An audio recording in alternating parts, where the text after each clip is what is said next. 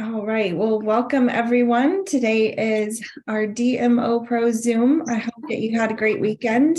I just love seeing everyone's faces. We're getting ready, getting a little bit closer to conference, and the thought of all of us being able to see each other. We were just talking, we got to find a way to gather together and get a picture. So that's going to be fun.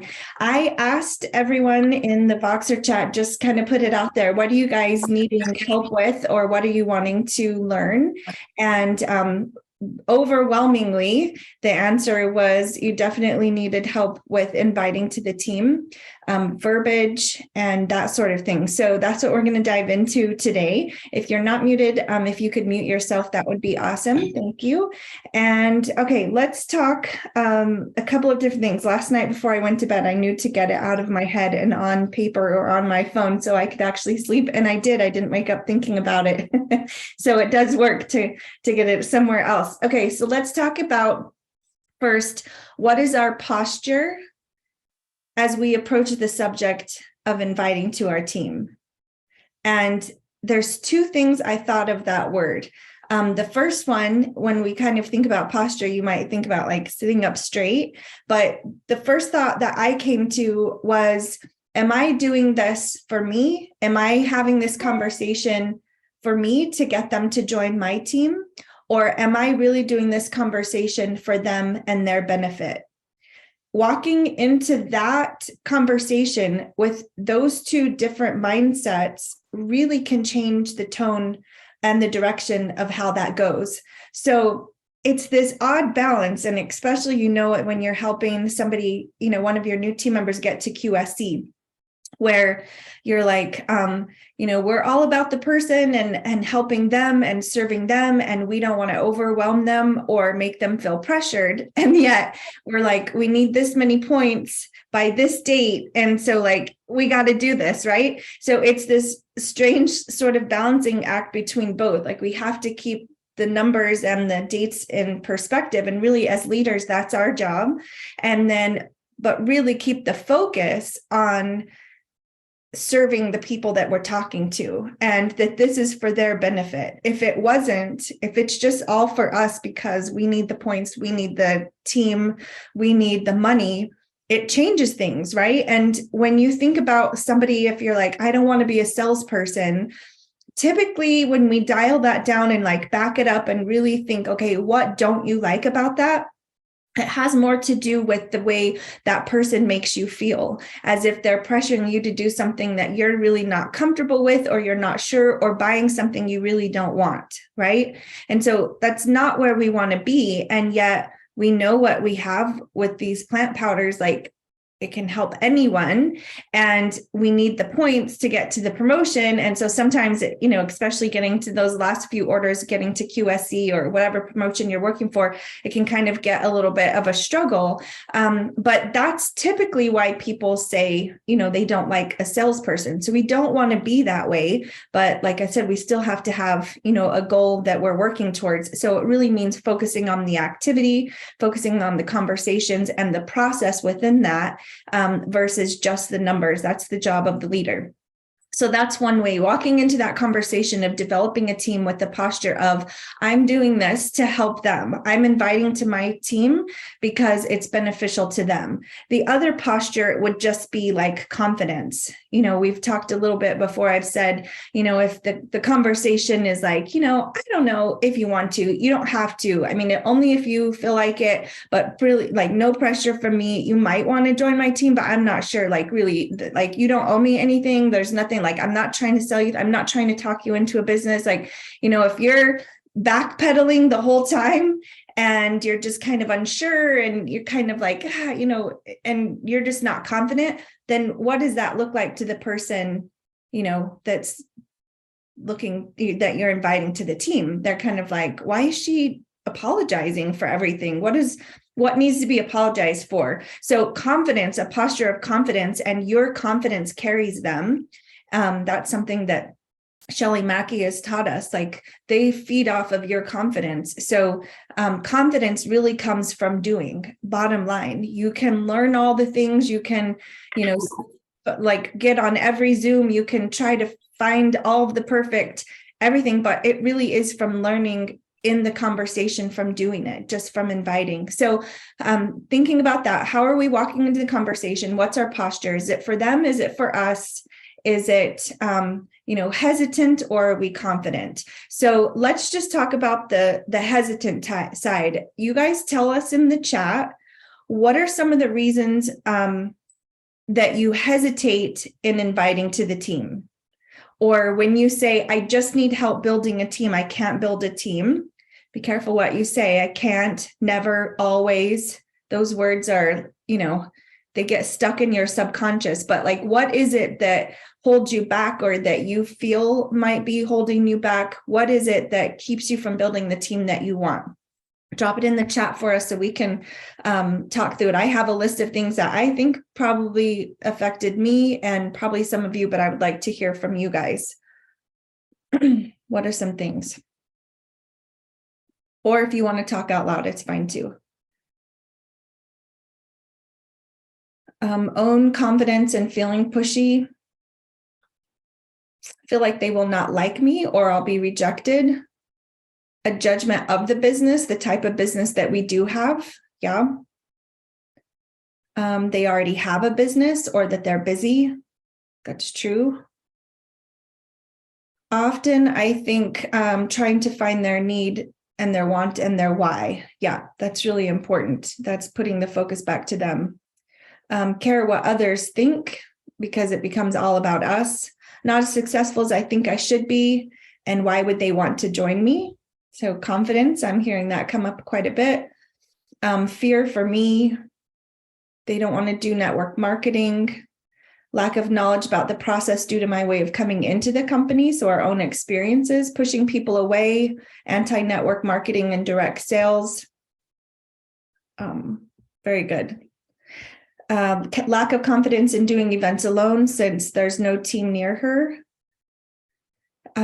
Complacent team, upline team, and no one to work with. Feels like I turn into fire hole of information and will overwhelm them. Yeah, fire hose. Yeah.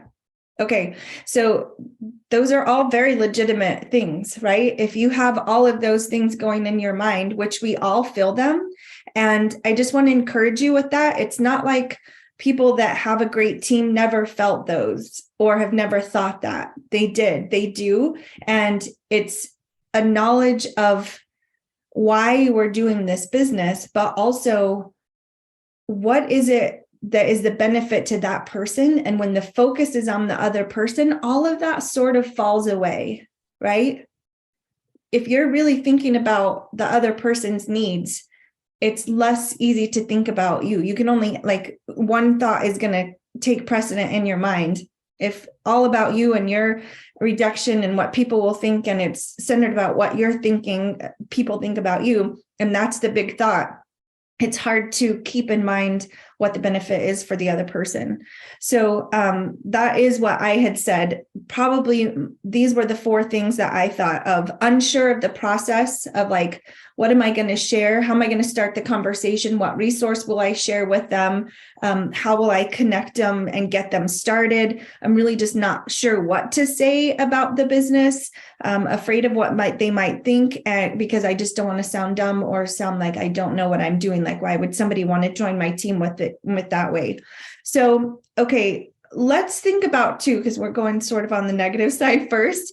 What are some cons to inviting somebody to your business?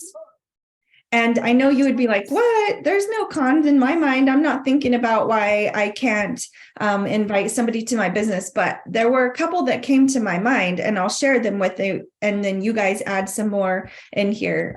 Somebody said possibly personality conflicts. That could be it. Okay, here's where some cons that I thought of. Okay, I don't want to give up the retail sales profit. If they become a distributor and they don't do anything, then I've lost the retail sales profit. And then I'm, my paycheck is going to be lower. So it's the assumption you're assuming, or making, an assumption for that person that they're not going to do anything with the business. And so it's a loss to you. How about not recognized for most new customers? a lot of times team recognition, it says, how many new customers you got. So if you have 7 new customers and you're like, but if one of those turns into a team member, that's 3 orders for her. I'll only have 4 customers and I won't get on the leaderboard, or I won't get recognized. Or even recognition from the company for most new customers. A lot of times that's what gets recognized. Most new Tower Garden customers, most new whatever, most new orders, versus really, in my mind, it should be, who turned those customers into a team member. Have to show them the way. So they're going to be looking to me to give them a next step. And I'm unsure about that process. And so it would be better if I'll serve them better as a customer than I would a team member. So I'm just not going to invite to a team. I'm not ready to be a leader yet. I don't know enough to do that. So I'll just keep them as a customer. And then I'll have to ask for help. I don't want to look like I don't know what I'm doing. So I'm going to have help from my upline. Either I feel like there's nobody in my upline, which is not true. There are people that are being paid on the activity that you do. You just have to find them. Like, go up and find the ones that are working. They will work with you, I promise. But ask for help from your upline. Like, I don't know them. I didn't come into the business through them. I'm just not really connected with them. It's easier if I just, I wouldn't know how to connect my new person to the team. I'll just keep them as a customer. So those were some of the things that was said. It's a lot of work. Somebody said that it is a lot of work. And why? How do we know that? The company knows that because they pay the sponsor bonuses. Why do you think they pay that? I mean, think about that. Why do they pay the sponsor bonus? Because it does take a lot of your time to start up a new team member. So if you just keep them as a customer, then you don't have to have the time put into them. It's fear of not knowing how to train them. Yeah, all of these things. Maybe you're concerned it's somebody who's not teachable or won't work. Okay, that's an interesting, we're walking into expectations then of somebody else. So if I sign you up as a partner, then I have an expectation that you're going to at least get to Partner Plus or work with me to QSC, when that person may be just looking for the best price possible. So expectations in anything will wreck the train every time. Think about relationships, a new marriage, expectations of what that's going to look like. A new baby. I think Pinterest has just killed a lot of joy because they, set up this, everything has to be so grand, and, a baby shower or all the pictures and everything's perfect. And nobody really shares the fail in, the baby shower, balloons that died or whatever. So you just see this perfect picture. And so there's this high expectation of everything, high expectation that, motherhood is going to just be easy. And then this mom gets this new baby and is like, what do I do with this? It's just making this noise and I can't stop. Right. So there's all kinds of expectations in life that don't serve us well, and definitely expecting your team to do something and being irritated that they don't is not going to go well either. Worry that my experience with doing events will not help them reach their goals, or worry about not being able to nurture a team if your own business is very small. Think about every national marketing director that has a large team had to start somewhere. I think about some of my very first team members, and it's funny because I would never sign them up now. I would be like, I just kind of, through the years have learned, I do think that this person would be better as a customer, but I signed up everyone as a distributor at the beginning. If they said they wanted in, I was like, yeah, let's come in. And I was inviting everyone. Because I did that, I grew quick to sales coordinator within 6 months and had 3 QSCs underneath me by then. So I had a lot of team members who didn't really do much or anything, but I still have some of those same team members 20 years later, so I think that ignorance is bliss at times because you don't judge and you don't hold back. And I was just like, yeah, everybody gets to come to the party. There's a seat at this table for everyone. Come on, come join me. So the longer you're in the business, the more judgments you will make, and the more you will hold yourself back. Think about that when you very first started, if that was your experience, being super excited. Okay, so let's talk about the pros. Let's change it. What are the pros to inviting to a team? One I put was longer retention. My friend Melissa was one of my very first team members. I think she was either my first or my second. Actually, she was my first because she's at the top of my PVC report. She was my very first one. She got to QSC and has never done anything. She came to one conference. She loves her Juice Plus. We can pick up the phone and talk to each other anytime. She just never wanted to do the business. She would be fantastic at it. She just doesn't have a desire. Had I kept her as a customer, I don't know that she would still be on Juice Plus 20 years later, even though she's not engaged. Like, that kind of is crazy, right? So there is something about retention in a team member. I had one just recently lost 6 orders from, her husband used to be the partner. They went to another team or a different business, but they kept their Juice Plus orders with me. I've been trying to say, like, you as the wife just sign up as a team member. I know if they were getting the sales profit back, it's some benefit to them with that many orders, they would have stayed on longer. They just canceled yesterday and it was a hit. Like, that's 6 orders. Like, that's some significant sales profit that would have been back in her pocket. And so there's definitely a longer retention if they're getting some sales profit back to them. So keep that in mind. They'll stay longer when they're getting a benefit. You have a further reach with the team. If it's just me and the people that I know, when I look at that pie chart on our virtual office, the classic virtual office, and it shows like what my profit would be from sales profit and commissions compared to what my performance bonus and my POB bonus is in my check and my bib. Those 3 bonuses are 75% of my paycheck. My sales coordinator is my sales profit is just this tiny little sliver of a piece of the pie. You know, I would not have the paycheck that I have now without a team, because my reach is limited. Your reach is limited. Your time is limited. The number of people you know is limited. The impact you have personally all on your own is limited. So I want to encourage you to think bigger than that. Think bigger than yourself of what will people think. Start thinking, what will they think if I don't share this with them? What will my customers think when somebody, their cousin, joins the business and says, hey, you could get money back on your own order? And she's like, what? Stacy never said anything about that to me.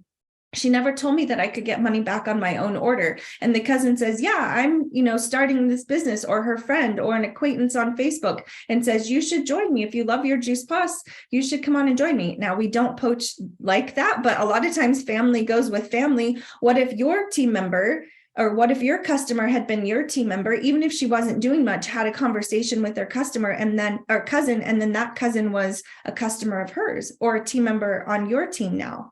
So you're limiting your reach when you don't build a team, when you don't offer that to people, for sure. And it's a forced learning and forced growth.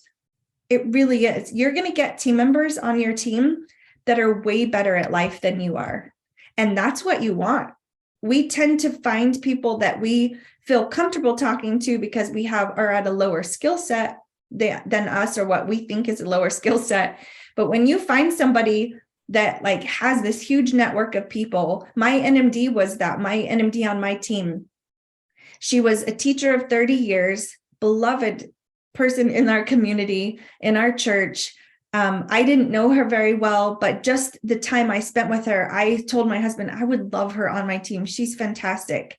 And Gloria pushed me to leadership because she was asking numbers questions. I don't love math, and I did not know how things work that much. And so she was asking, I was like, hey, you know what? I'm not sure. Let me find out. Or even better, I would tell her, that's a great question. Why don't you call the company and ask them? And then we can learn it together. Come back and teach me, what you learn. But she forced me into that. I had to start doing, presentations for team that I wasn't ready to do my own presentations, but I traveled home to see my sister and I did a presentation for her because she was my team member and I would do it for her. It was easy to let Sharon do the events for me, for me personally, but when I was doing them for a team member, I stepped up. And so we will serve our team better, and we'll do hard things for them that we might not do for ourselves. And through that, you really get a lot of growth. So forced leadership or forced personal growth is actually a really good thing. How about really learning how to serve somebody, setting aside your expectations, and stepping into what is it that they want? What do they need in their life, and how can I help them with that? So those are some of the things that I said were the plus of inviting to the team, the friendships that are made, going to conference. There's just so much laughter. I just think we always have just a really good time, especially if you're sharing a room with like 3 other ladies. There's things that are going to happen that you guys will laugh about for years, at just all of the experience of the people in your life that come together as a team. It's a beautiful thing. And it's hard to, hard to think about what this business would mean to me without a team. If I was a customer, I wouldn't have been a customer for 20 years. I guarantee it. I would have gotten distracted. I would have taken something else. I would have gotten overstocked. I would have canceled. I moved away from Sharon. I didn't really know her. It was through being a part of the team and the business that I stayed connected. And now I have children doing this business with me. That's 20 years of longevity because of the team, not necessarily just because of the product. Yes, over time, I learned more. The team member just has more buy-in. They're going to, be on, calls, and their belief is deepened and built to where that's where the retention comes from. So let's switch to now, how do we start to invite somebody to the business? Okay, so who do we invite to the business? I say everyone. When they're ordering Juice Plus and they're super excited, why not? Like, that's the moment that their belief is the strongest, when they're handing that credit card to you or filling out that order form. I mean, really think about that. They've watched the videos. They're saying yes to this. Why not invite them then? And I mean, we do get to decide who we do business with. There are some people that I'm like, I just know personality wise, or just if their life is a mess, Juice Plus business does not fix the mess. Okay. You can't save them. You can't rescue them. You will build a team of rescued people that flounder because it exposes the mess that's already there. It just does. Like we say, fruits and vegetables don't cause the disease, but they can expose an underlying problem that's already there. Kind of the same thing with the business, like it doesn't cause the problem, but it can expose the financial conflict that a family already has, or communication issues between a husband and a wife, but there's forced growth that comes with that, right? So it can be a really good thing, but just know if someone's life is absolute mess, there's no business offering to them, that they could do that's going to fix the problem. It can be a part of come on along, be a part of the community, but it's not going to fix whatever the problem is right away. Okay. So it's probably just going to bring that back up. So how do we invite to that? I would say everyone that's super excited and ordering, especially if they're ordering multiple. Now, if they're just ordering the shake, maybe I would, invite them in if I don't know, but like if they're ordering the quad and the shake, that they really get it. They really have a strong belief that they're willing to put their money towards that, then, there's questions you can ask. So and we're going to go through those here in a second. I want to just encourage you guys. Do you feel confident in getting in getting customers? My guess is you're more confident in getting a customer than you are team members. I'm seeing head shaking. Yes. Okay. I want to encourage you. The process isn't that different. It's really very, very similar, but you're talking yourself out of it in your mind. Okay. So if it's not that different, what do I mean? Is there a system or a process that you go through as you're sharing the product? Whatever that system is, if you're getting customers, then tap into that system and look at it from a way of like, how can I then do the same thing with a team member and inviting to the business? So we have the conversation cycle that we've talked about before, and I have it in a graphic. I'll share it again with you guys, but it's asking questions and then connecting to a resource, following up with them, speaking to the value versus the expense, and then confidently leading them forward. Okay. So those are all things that we do with a customer, and it's really going to translate very well to a team, inviting to the team as well. So what do I mean by this? And I know we're getting close to our time, so I'll go through this quickly and then I'll give you guys some resources for this. So asking good questions, looking for the need. If they're ordering for themselves, have they said, my sister really needs this. This would be great for my best friend. I need to talk to my mom about this. She's going to love this. Are they mentioning other people that they would like to share this with? That's a clue. Okay, this could be for them. Invite them to join you. Are they ordering a lot of products? That could be a clue. As you've asked questions and getting them interested in the product, if you've really listened, you're going to have heard things that are going to help direct the business invite. Maybe it's a stay-at-home mom that she mentions. She's just kind of bored with being at home and she misses the work environment of talking to other people and kind of having something to do. She may not say those words exactly, but you're just listening for clues. Maybe it's somebody that says, I would love to get all of this. I just don't think we can afford that right now. It could be somebody, like I said, that mentions other people they want to share it with.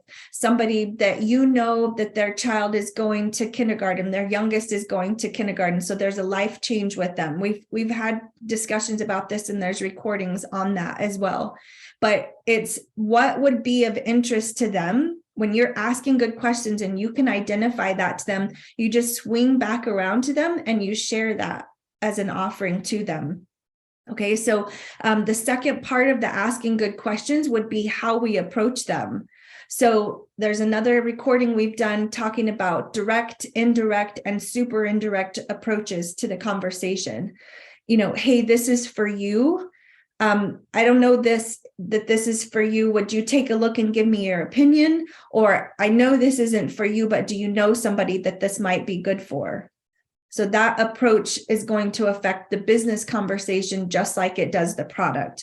So then after you've discovered what their need is, I will say something, and this is what I've been using lately and it's working. I'll just say, you know what, you might want to do what I do. I pay $52 a year and then I get a rebate back on my own orders.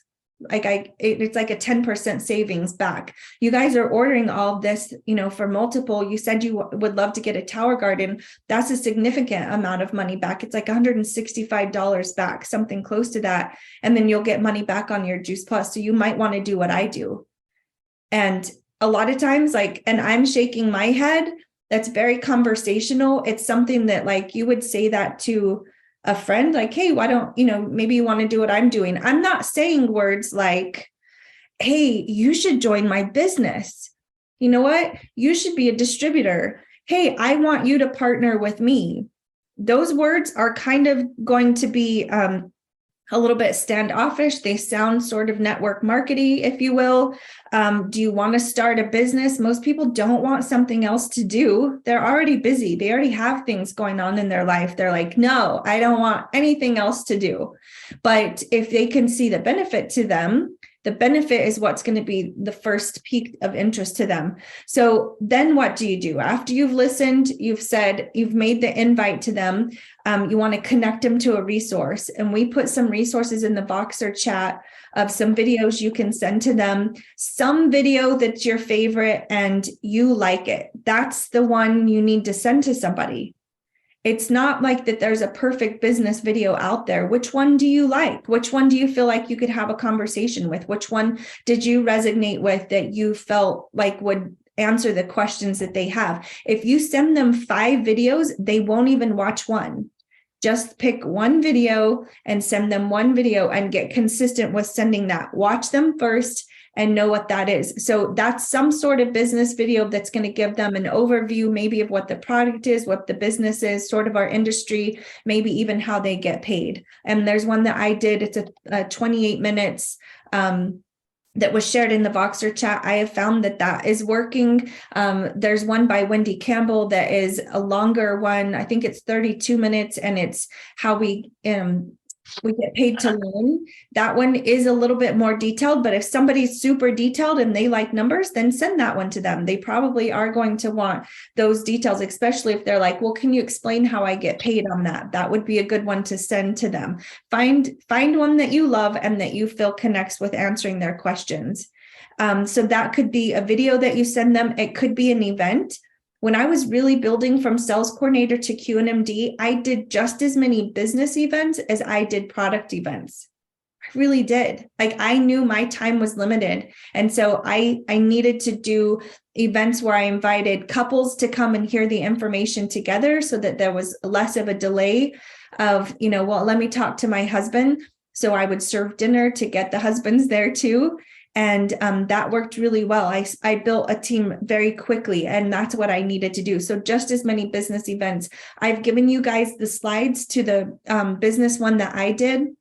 You have access to those, and then just do it. Like, you just have to do the presentation to get comfortable with it. And the more you do it, the more comfortable you're going to get.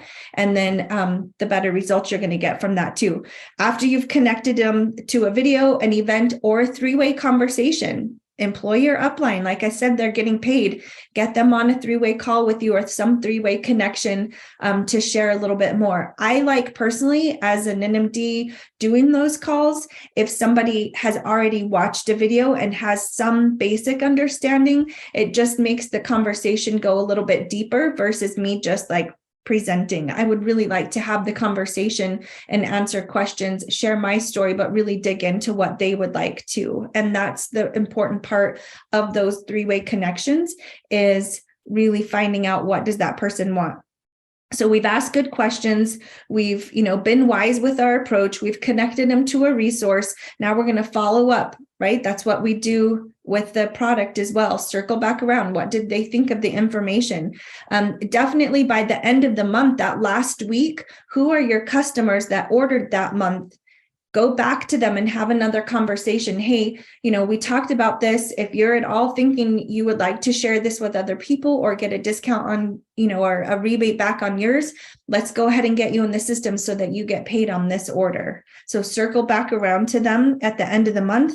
Ask questions. Maybe this is when you get them on a three-way call with your upline. Connect them to another resource if they need to. Invite them to conference. How many times have you heard somebody say, I was like brand new, I didn't even know if I wanted to do this. I went to conference and it was a game changer. Like, don't make the assumption for them. And then speak to the value versus the expense. That's part of our sales cycle too.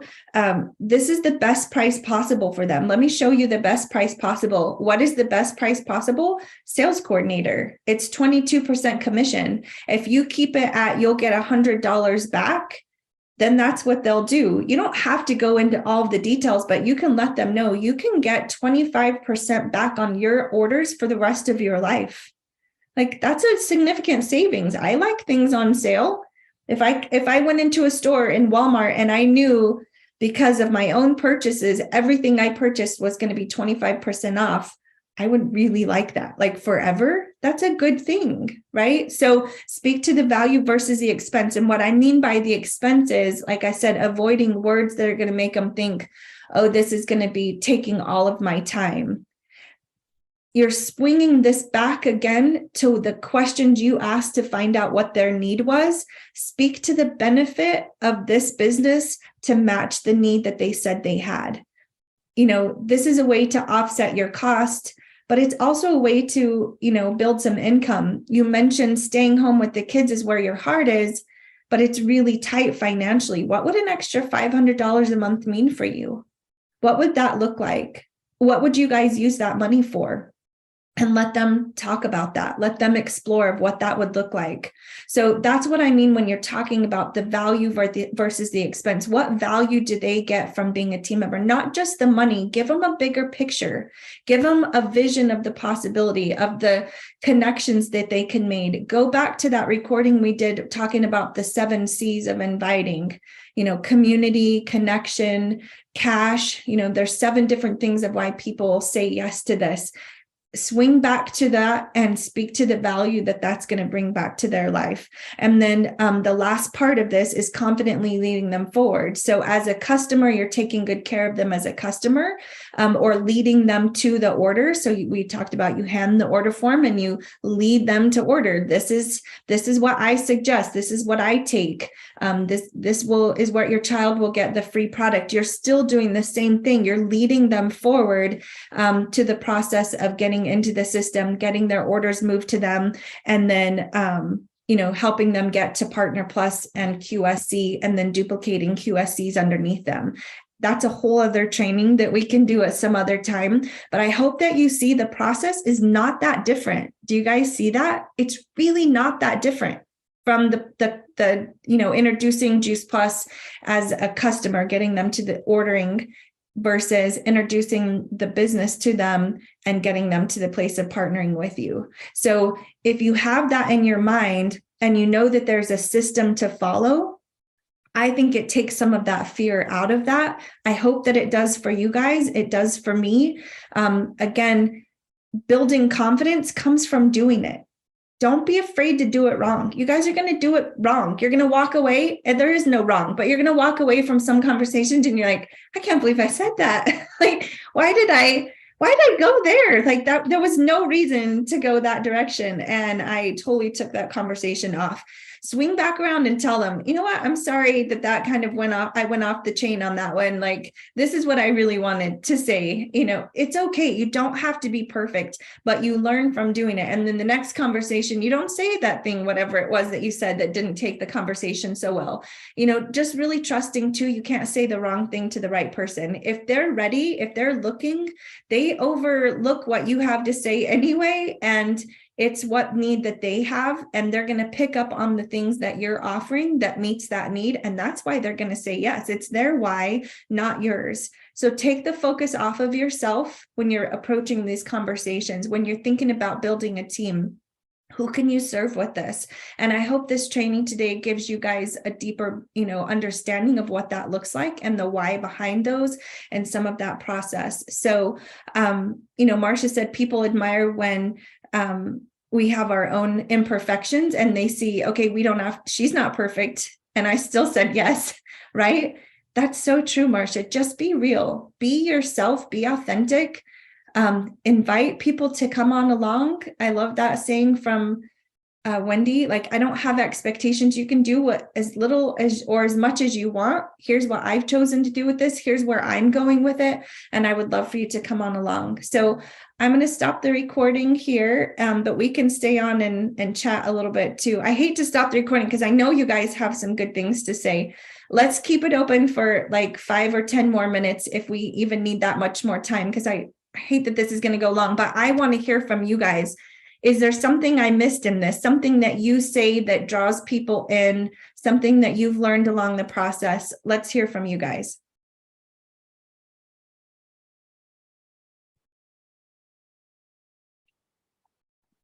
I have a question.